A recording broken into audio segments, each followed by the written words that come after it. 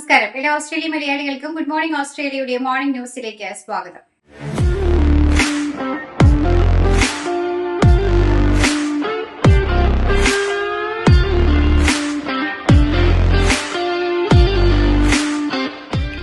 എവിടെ വരുന്നുണ്ട് ഓൺലൈനിൽ നമ്മൾ സാധനം ഉണ്ട്.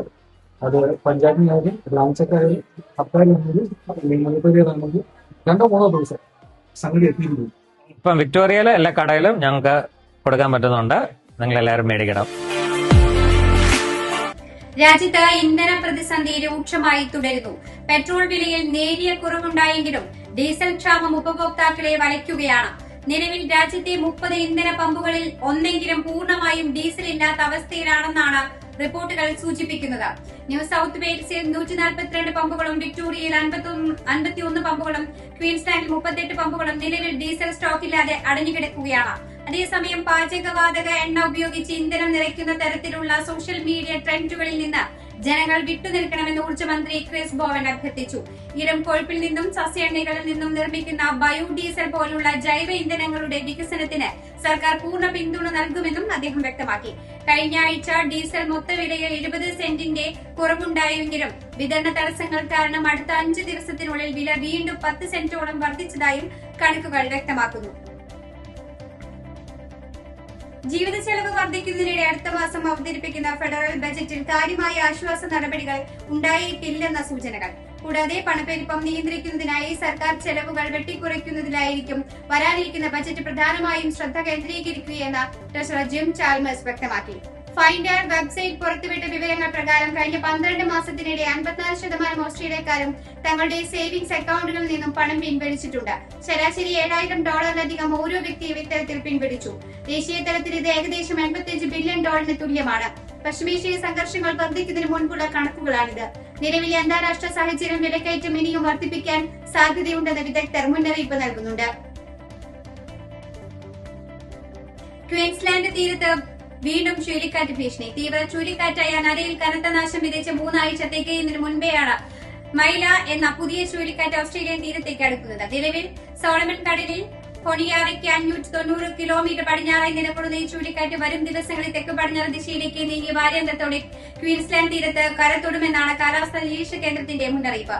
കാറ്റഗറി 3 വിഭാഗത്തിൽപ്പെട്ട മൈല ചുഴലിക്കാറ്റ് നിലവിൽ മണിക്കൂറിൽ 130 കിലോമീറ്റർ വേഗതയിലാണ് വീശുന്നത്. ചിലയിടങ്ങളിൽ കാറ്റിന്റെ വേഗത 155 കിലോമീറ്റർ വരെയാകാൻ സാധ്യതയുണ്ട്. ഇത് ബുധനാഴ്ചയോടെ ദിശ മാറി ഓസ്ട്രേലിയൻ തീരത്തേക്ക് നീങ്ങാൻ തുടങ്ങും. കാറ്റിന്റെ കൃത്യമായ പാതയെക്കുറിച്ചും തീവ്രതയെക്കുറിച്ചും ഇപ്പോഴും അനിശ്ചിതത്വം നിലനിൽക്കുന്നതായും തീരദേശവാസികൾ കനത്ത ജാഗ്രത പാലിക്കണമെന്നും കാലാവസ്ഥാ വകുപ്പ് അറിയിച്ചു. ഞാൻ ഫസ്റ്റ് ടൈം ആണ് ഒരു സ്കിൻ കെയർ പ്രോഡക്റ്റിനെ കുറിച്ച് ഒരു വീഡിയോ ചെയ്യുന്നത്. It's about a pure Ayurvedic oil called Rudrakanthi oil. ദിവസവും രാവിലെ ഞാൻ ഈ ഒരു രുദ്രകാന്തി ഓയിൽ തേക്കുന്നുണ്ട്. ഗ്ലോ കിട്ടും, നമുക്കൊരു റിജുവിനേറ്റിംഗ് ഫീൽ ഉണ്ടാവും. ഡാർക്ക് സർക്കിൾസ്, പിഗ്മെന്റേഷൻ ഒക്കെ ഒത്തിരി കുറഞ്ഞിട്ടുണ്ട്. ഒരു 10-15 ദിവസമായിട്ടുള്ളൂ ഞാൻ തേക്കാൻ തുടങ്ങിയിട്ട്. തേച്ച് കഴിഞ്ഞപ്പോൾ ഭയങ്കര വ്യത്യാസം വന്നു. ഓയിൽ യൂസ് ചെയ്ത് അതിന്റെ നല്ല ഡിഫറൻസ് എനിക്കുണ്ട്. 4 ദിവസം കൊണ്ട് അത് മാറി. അതില്ല ഇപ്പൊ എനിക്ക്. എല്ലാവരും ആന്റി ഇതെന്താ ഉപയോഗിച്ചത്, ആന്റിയുടെ ഫേസിന് ഡിഫറൻസ്, ഭയങ്കര ഡിഫറൻസ് ഉണ്ടല്ലോ. അത്ര ഒരു ഗംഭീരമായിട്ടോ ഇതൊരു പാവൻ ഡോക്ടർ ഉണ്ടാക്കുന്ന ഡോക്ടർ ലക്ഷ്മി. ദക്ഷിണ ഓസ്ട്രേലിയയിലുണ്ടായ കനത്ത വെള്ളപ്പൊക്കത്തിൽ ഒഴുക്കിൽപ്പെട്ട 65-കാരന്റെ മൃതദേഹം കണ്ടെത്തി. ടോണി എന്നയാളെ കഴിഞ്ഞ ശനിയാഴ്ച ഉച്ചയോടെയാണ് സംസ്ഥാനത്തിന്റെ വടക്കുകിഴക്കൻ മേഖലയിലുള്ള ഇന്നമിംഗയിലെ കോഡിലോ ഡൌൺസ് റോഡിന് സമീപത്ത് നിന്നും കാണാതായത്. തുടർന്ന് പോലീസും പ്രാദേശിക സന്നദ്ധ പ്രവർത്തകരും ചേർന്ന് 3 ദിവസമായി നടത്തിയ വിപുലമായ തിരച്ചിലിനൊടുവിൽ തിങ്കളാഴ്ച രാവിലെ മൃതദേഹം കണ്ടെത്തുകയായിരുന്നു. സംഭവത്തിൽ അസ്വാഭാവികത ഒന്നുമില്ലെന്നും മരണവിവരം ടോണിയുടെ കുടുംബത്തെ ഔദ്യോഗികമായി അറിയിച്ചതായും സൌത്ത് ഓസ്ട്രേലിയ പോലീസ് വ്യക്തമാക്കി. ലോകത്തിലെ ഏറ്റവും വലിയ മരുഭൂമി നദീതടങ്ങളിലൊന്നായ കൂപ്പർ ക്രീക്കിന്റെ ഭാഗമാണ് ഈ മേഖലയെന്നും ഇവിടെ വെള്ളപ്പൊക്കം പതിവാണെന്നും വിദഗ്ധർ ചൂണ്ടിക്കാട്ടുന്നു. യാത്രക്കാരന് പെട്ടെന്നുണ്ടായ ആരോഗ്യ പ്രശ്നത്തെ തുടർന്ന് ക്വാണ്ടാസ് എയർവേസ് വിമാനം അടിയന്തരമായി തിരിച്ചിറക്കി. മെൽബണിൽ നിന്നും പെർത്തിലേക്ക് പുറപ്പെട്ട QF781 വിമാനമാണ് യാത്ര തുടങ്ങി ഏകദേശം 2 മണിക്കൂറിന് ശേഷം മെൽബൺ വിമാനത്താവളത്തിൽ തന്നെ തിരികെ ഇറക്കിയത്. വിമാനത്തിനുള്ളിൽ വെച്ച് യാത്രക്കാരന്റെ നില വഷളായതിനെ തുടർന്ന് പൈലറ്റ് അടിയന്തര ലാൻഡിംഗിന് അനുമതി തേടുകയായിരുന്നു. വിമാനം തിരിച്ചിറക്കിയ ഉടൻ തന്നെ മെഡിക്കൽ സംഘം വിമാനത്തിനുള്ളിലെത്തിയ രോഗബാധിതനായ യാത്രക്കാരനെ ആംബുലൻസിൽ ആശുപത്രിയിലേക്ക് മാറ്റി. ഇതേ തുടർന്ന് വിമാനം നിശ്ചയിച്ചതിലും 3 മണിക്കൂർ വൈകിയാണ് പെർത്തിലേക്ക് വീണ്ടും യാത്ര തിരിച്ചത്. അപ്രതീക്ഷിത തടസ്സത്തിൽ യാത്രക്കാർക്കുണ്ടായ ബുദ്ധിമുട്ടിൽ എയർലൈൻ ഖേദം പ്രകടിപ്പിച്ചു. ഈസ്റ്റർ അവധി ആഘോഷിക്കുവാൻ ദീർഘദൂര യാത്രയ്ക്ക് ഇറങ്ങിയ EV ഉടമകൾക്ക് രാജ്യത്തെ വിവിധ ചാർജിംഗ് സ്റ്റേഷനുകളിൽ നേരിടേണ്ടി വന്നത് 5 മണിക്കൂർ വരെ നീണ്ട കാത്തിരിപ്പാണ്. ഗതാഗത മേഖലയിൽ അടിസ്ഥാന സൗകര്യ വികസനത്തിന്റെ വലിയ അപര്യാപ്തതയാണ് ഇത് ചൂണ്ടിക്കാട്ടുന്നതെന്ന വിമർശനം ഉയരുന്നുണ്ട്.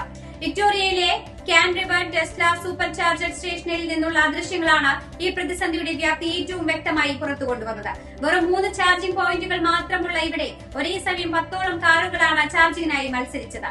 ദീർഘദൂര യാത്രകളിൽ EVകളെ മാത്രം ആശ്രയിക്കുന്നവർക്ക് രാജ്യത്തെ നിലവിലെ ചാർജിംഗ് നെറ്റ്വർക്ക് എത്രത്തോളം അപര്യാപ്തമാണെന്നാണ് ഇത് തെളിയിക്കുന്നത്. വിവാദം രാജ്യത്തുടനീളം വലിയ ചർച്ചകൾക്ക് വഴിവെക്കുകയും ഇൻഫ്രാസ്ട്രക്ചർ വികസനത്തിൽ സർക്കാരിന്റെയും സ്വകാര്യ മേഖലയുടെയും അടിയന്തര ഇടപെടൽ ആവശ്യമാണെന്ന പൊതുസംവാദത്തിലേക്ക് നയിക്കുകയും ചെയ്തിട്ടുണ്ട്.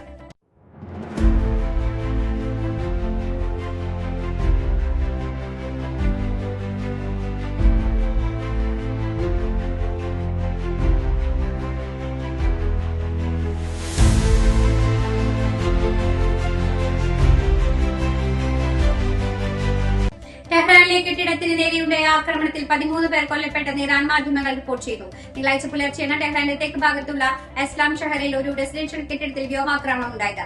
ആക്രമണത്തിന്റെ ഉത്തരവാദിത്തം ഇതുവരെ അമേരിക്കയോ ഇസ്രായേലോ ഏറ്റെടുത്തിട്ടില്ല. ഹോർമുസ് കടലെടുത്ത് വീണ്ടും തുറന്നില്ലെങ്കിൽ ഇറാനെ നശിപ്പിക്കുമെന്നും ആക്രമണം അഴിച്ചുവിടുമെന്നും US പ്രസിഡന്റ് ഡൊണാൾഡ് ട്രംപ് ഭീഷണിപ്പെടുത്തിയതിന് മണിക്കൂറുകൾക്ക് ശേഷമാണ് ആക്രമണം ഉണ്ടായത്. മുൻ പ്രതിപക്ഷ നേതാവും ഹരിപ്പാട് MLAയും നിലവിൽ UDF സ്ഥാനാർത്ഥിയുമായ രമേശ് ചെന്നിത്തലയെ അധിക്ഷേപിച്ചുകൊണ്ട് BJP സ്ഥാനാർത്ഥിക്ക് വേണ്ടി പുറത്തിറക്കിയ AI വീഡിയോയ്ക്കെതിരെ ചെന്നിത്തലയുടെ election committee chairman Anil B കളത്തിൽ സംസ്ഥാന തെരഞ്ഞെടുപ്പ് കമ്മീഷന് പരാതി നൽകി. പയ്യന്നൂരിലെ CPIM പാർട്ടി ഓഫീസ് നിർമ്മാണ തട്ടിപ്പ് ആരോപണത്തിൽ കൂടുതൽ തെളിവുകൾ പുറത്തുവിട്ട വി കുഞ്ഞികൃഷ്ണൻ, TA മധുസൂദനും T വിശ്വനാഥനുമെതിരെയാണ് ആരോപണം. പണം അപഹരിച്ചുവെന്നാണ് ആരോപണം. ക്രമക്കേടുകൾ നടന്നത് പാർട്ടി ഏരിയ സെക്രട്ടറിയായ TA മധുസൂദനന്റെയും T വിശ്വനാഥന്റെയും നേതൃത്വത്തിലെന്ന് കുഞ്ഞികൃഷ്ണൻ ആരോപിച്ചു. വരവിനേക്കാൾ കൂടുതൽ ചെലവ് രേഖപ്പെടുത്തി. 2016 വർഷത്തിൽ സഹകരണ ജീവനക്കാരിൽ നിന്ന് സമാഹരിച്ച 70.5 ലക്ഷം രൂപ വരവിൽ ഉൾപ്പെടുത്തിയില്ല.